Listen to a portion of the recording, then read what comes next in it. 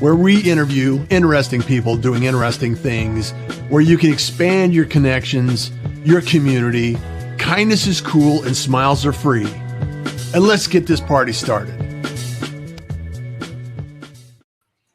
And it's a great day, and welcome to the Pirate Broadcast. We have another amazing individual here that we're going to be talking about making connections, helping in the world, adding value, and making sure that people have something that they need when they need it.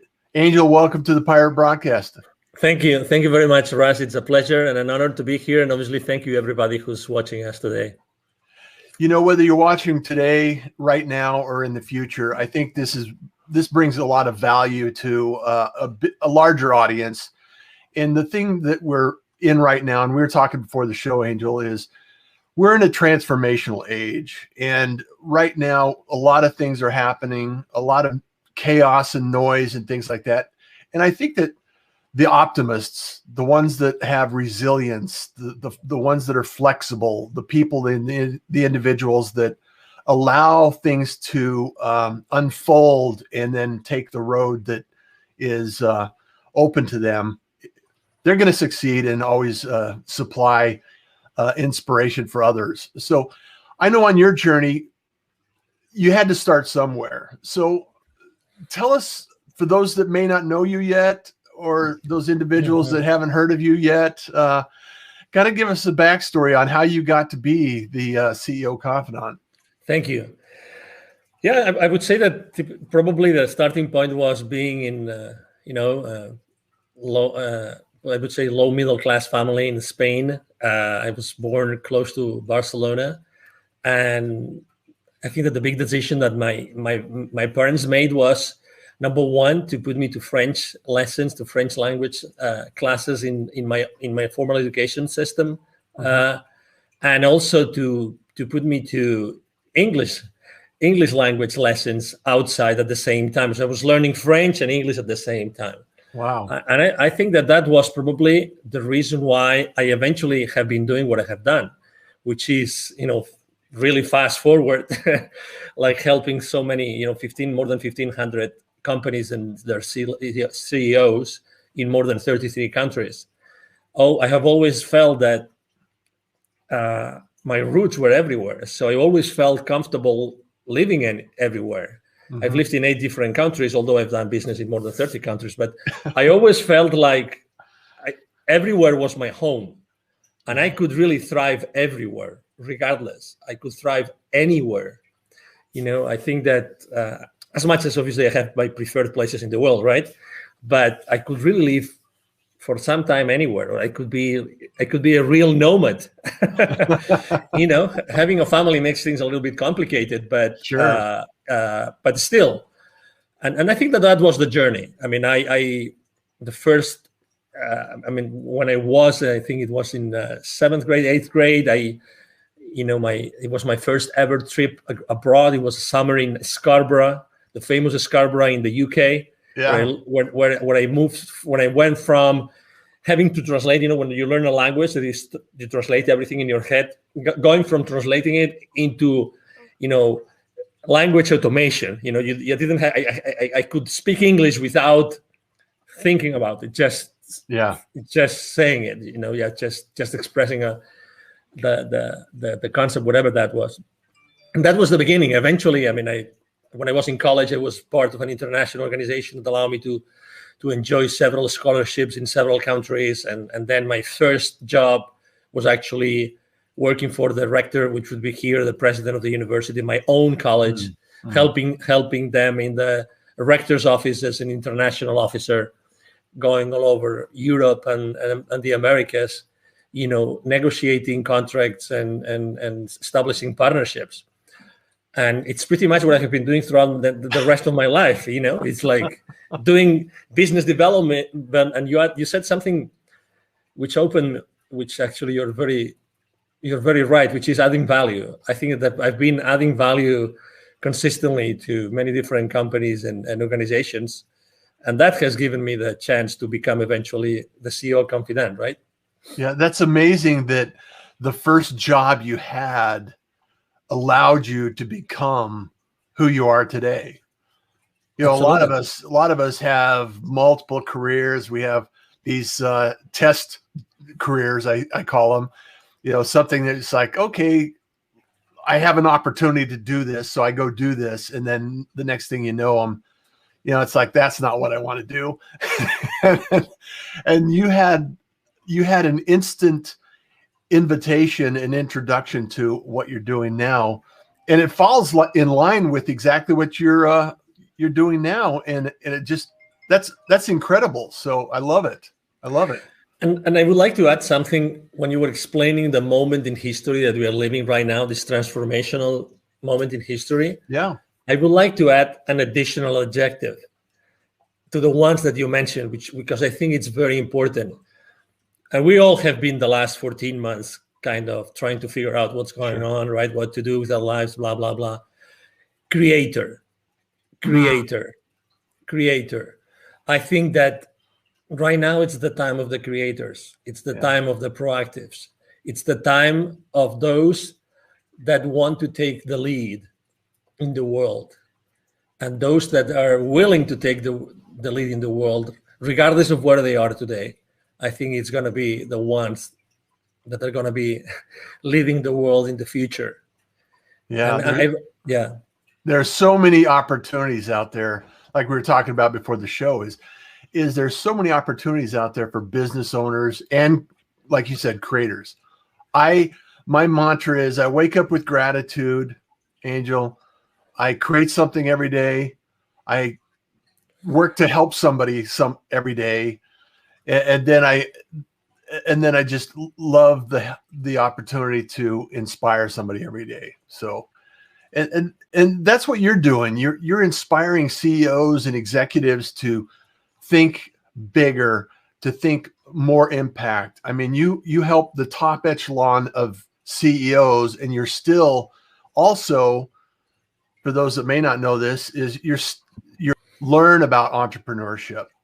So I want to make sure that when we talk about creative, about how you created that inspiration to those individuals in different communities that may not have the resources available to us in some, like Texas or Arizona. Exactly. Isn't it amazing? I mean, we didn't plan for it, but today it's the World Innovation Day, actually. So it is. How appropriate is that? Yeah, exactly. So, I mean, how else can we relate our conversation to innovation and creation and creativity, right? Uh-huh. So I moved. One of the countries I lived in when I moved from the UK to the Americas was Mexico. So I lived in Mexico for 10 years, and I was traveling all over the continent.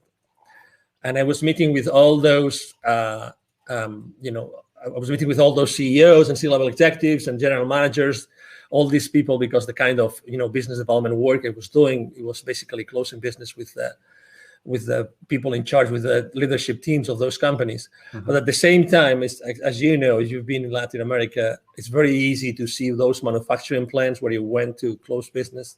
It's very easy to see those in the outskirts of the cities, in the rural areas, all these places. And in those places, obviously, there's always poverty, and there's always kids that are asking you to do something. I remember clearly, very often, if not all the time, outside those manufacturing plants, there would be those kids coming to me and say, "Hey, senor, I would like to clean your car. I would like to wash your car. I would like to wash your windscreen. I would like to sell a bottle of water to you, or I would like to sell some gums or some candies," whatever it was, the way that they were making their ends meet, right?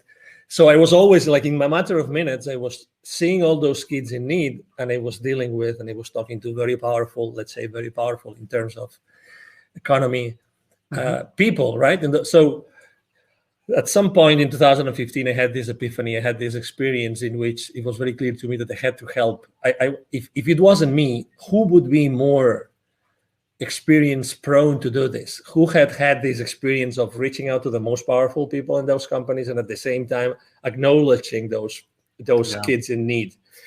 So it was and I reached out to a business partner and friend of mine, and then we brought his father in, and we started what today is Wisdom for Kids, and it's basically it's an international, charity, international non-profit organization. And what we do is we help underprivileged kids in Latin America become entrepreneurs using their local resources. And teaching kids, it's a non-stop source of inspiration, because kids are genuine, kids are spontaneous, kids are, not only are they are our future, but also they have so many lessons to teach to us. Yes. I'm one of those parents. I have 3 kids. I'm one of those parents who strongly believe that the kids actually choose us and the kids are here to teach us lessons. So it's not only that we have to make sure that, they thrive and they grow and they're reliable, fully reliable when they become 18 or 21, whatever the age is. I believe that also they are in our lives to teach us some lessons. So we have to be wise enough, smart enough to be able to listen to the lessons that they have to teach us. And I think that historically speaking, we as parents have done a very poor job of listening to our kids. And I'm not meaning, I don't mean spoiling our kids. Yeah. Let's be clear. I just mean to have real, genuine conversations. I think that as true as it is, the statement that we often say that we become parents without a manual, and the kids come without, I think that the kids come with many lessons to teach. And we should be listening. We should be listening much more, much more. And do you think it's because I've thought about this a lot, it's the statement, create like a 5-year-old. Yeah, absolutely. Because it's the creativity and the curiosity that a 5-year-old has, and the question why is it done that way? Why do we have to do it that way? And when we get older, we have a tendency to throw those questions out the door, and when in reality, like you said, we could learn from those lessons. Totally. Yeah. There's many questions, and there's many things that, and I still to this day, when we go to, not this past year, because unfortunately there were so many traveling restrictions, we couldn't go, but even the local volunteers we have in several places in Mexico, to give you an example, I mean, they have not been able to see the kids. We have not been able to really be in touch with them, and that's obviously very, very unfortunate. But when they ask you all sorts of questions, and anything is possible. That's the good thing, and we are very. I mean, the way we designed our workshops is also very unconventional.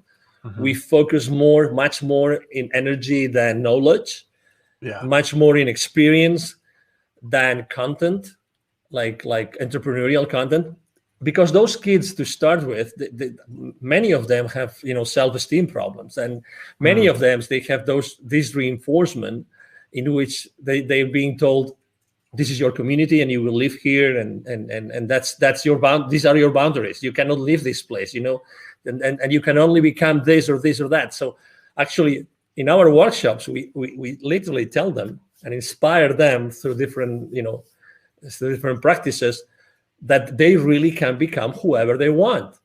They really can become whoever they want, and they really and we also have to be extremely respectful with the local culture. We are not there to disrupt their community. We are there to help their community grow. We are there to really help them become the difference and become. We're just talking about transformational, right? We are there to help them be transformational if that's what they want to be.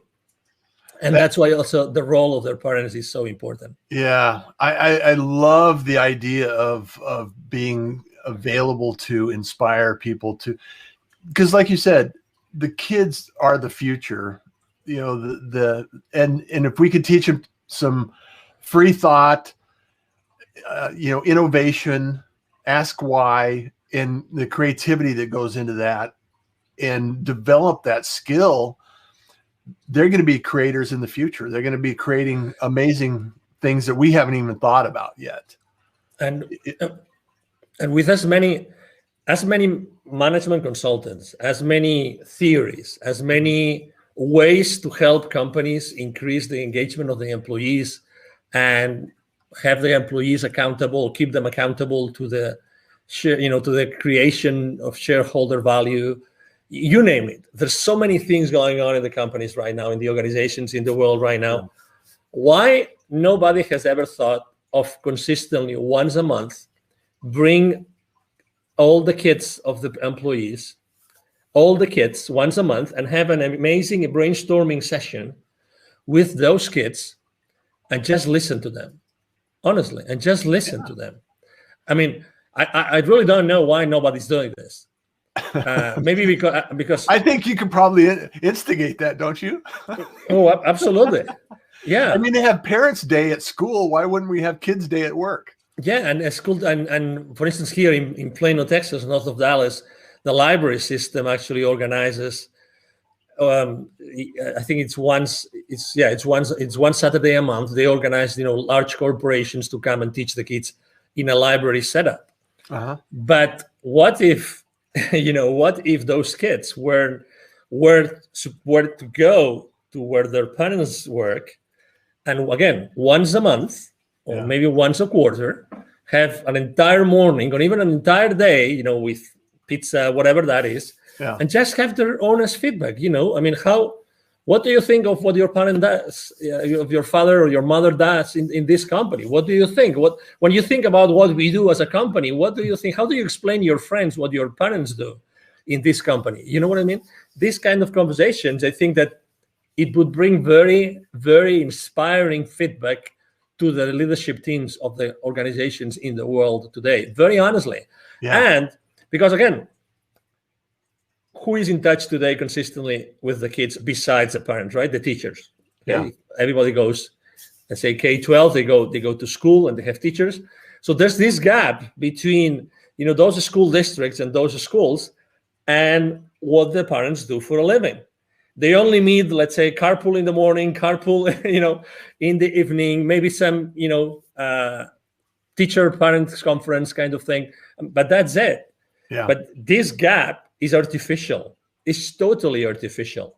Yeah. And also this gap, you probably remember in high school, some of the most innovative high schools in the country, they try to also close the gap between organizations and students, because those students eventually will work on those companies, right? Right. But why not starting to do that much more early on in the existence of those kids? Because it's not two separate worlds. No. And I don't mean that everybody will have to become an employee. Maybe some want to be, a solopreneur or an entrepreneur or a startup CEO. But again, it's this inspirational part of the existence of us as human beings. Yeah. That we miss out totally today. Totally. Well, I think it's important also to understand that until a child or someone growing up is in kind of exposed to that community, that environment, either be a business owner, an employee, or an entrepreneur, or a startup community, until someone's exposed to that, how do they even know that it exists? How do they even understand that it's an opportunity that they could actually do, that could they be involved in, they could help and contribute, and it's really one of those things that we oftentimes fall into, or just through chance find a career. And a lot of people, some of the children or some of the kids are growing up through high school and college, they know exactly what they want to do. I'm going to be this, I'm going to do this, I'm going to be there. And it's very rare that takes place in my experience. And it happens through a number of different jobs. You have your startup jobs, you have your kind of exposure to employees, and you understand that, okay, I'm either going to take an employee role, or I'm going to take an entrepreneur role, or I'm going to do something. And if we could expose kids to that environment early on, imagine the power that they could have growing up and knowing that information in advance, so they could choose what they do with their life. Mm-hmm. Yeah, absolutely. And also, there's also some experiences of trying to bring parents to schools and teach them or share with the kids, but still, this gap, I think that it should be closed for the good of the society in general. And we're talking about, the future, and we're talking about we being transformational leaders today and what transformation means, right? So I think that's one of the things that we have to really thoroughly think about, that, there are those gaps in the development of our world, in the development of our society, and those gaps can easily be closed with just the intention. Just the intention of wanting to do it. And we really don't have the intention. And again, every school system, every state has their own rules, blah, blah, blah. But still, what's the most important thing here? The most important thing here is to make progress as a civilization, to make progress. Everybody wants to have their communities thrive. And everybody wants to have safe communities. And so maybe ultimately we all want the same thing, right? Yeah, we all want, and we all help each other. When someone is in need in the community, we all help each other. We all try to do as much as we can. So that's why I think that the responses are not like outside of us, but the responses of many of those questions, Russ, are inside of us. Yeah. Eventually, I remember, let me tell you, the winter storm that we had here in Texas in February, right? Yeah. So which was insane. It was crazy. Yes. Was it like -5? And I remember sleeping in our master bedroom at 35 degrees that night. Oh, because there was no power. And we live in a nice neighborhood. So I cannot believe what has happened in other neighborhoods. Yeah. But so many neighbors like coming together and trying to help each other and do this and do that.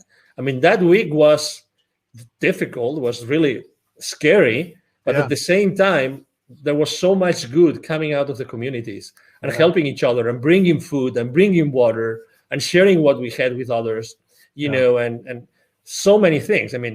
There were so many gestures. And again, trying to divide us is the wrong path to go, because as humans, that's not what we want to do.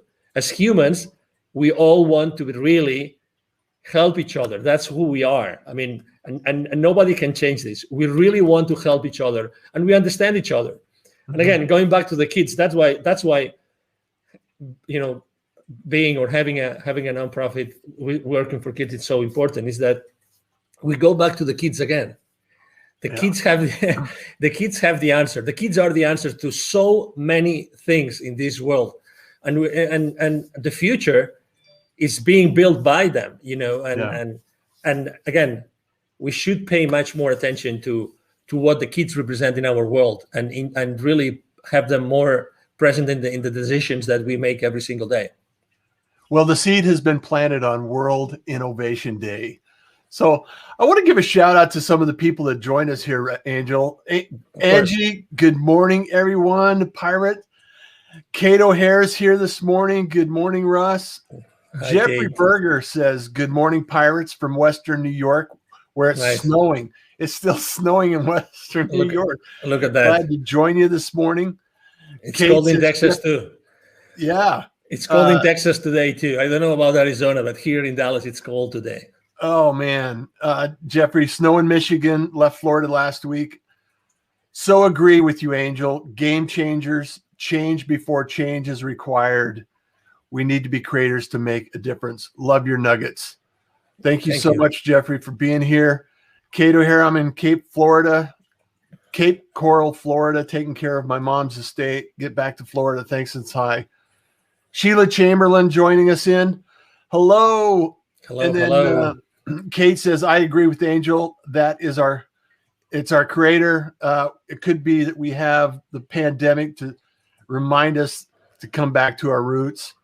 Absolutely.